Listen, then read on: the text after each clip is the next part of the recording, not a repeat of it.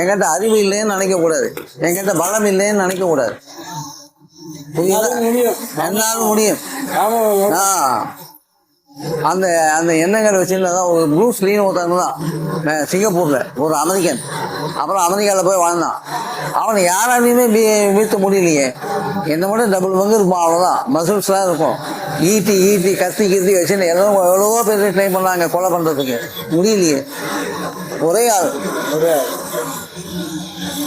அவனை கொலை பண்ணுறதுக்கு ஒரு அட் ஏ டைம் 20-30 பேர் ட்ரை பண்ணாங்க. அட் ஏ டைம் எல்லா டைரக்ஷன்லேருந்தும் ஈட்டி கத்தி எல்லாம் ஈட்டி கத்தி வெட்டுலாம் வாங்கிட்டான்.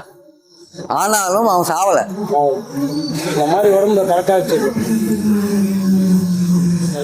ஆனா ஏன்னாக்கா அவன் தன்னை நம்பினான்.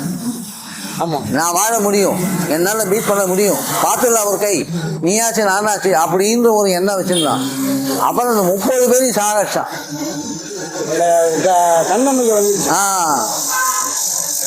அவங்கள்டேருந்து கற்றுக்க வேண்டியது இந்த மாதிரி யார் யார் என்னென்ன காரியங்கள் பண்ணி உயர்வு அடையிறாங்களோ அவங்க கிட்டேருந்து என்னென்ன பழக்கங்கள் இருந்தது, என்னென்ன செய்கைகள் இருந்ததுன்னு நம்ம கற்றுக்கணும். கற்றுன்னு அது பிரகாரம் நம்ம வாழணும்.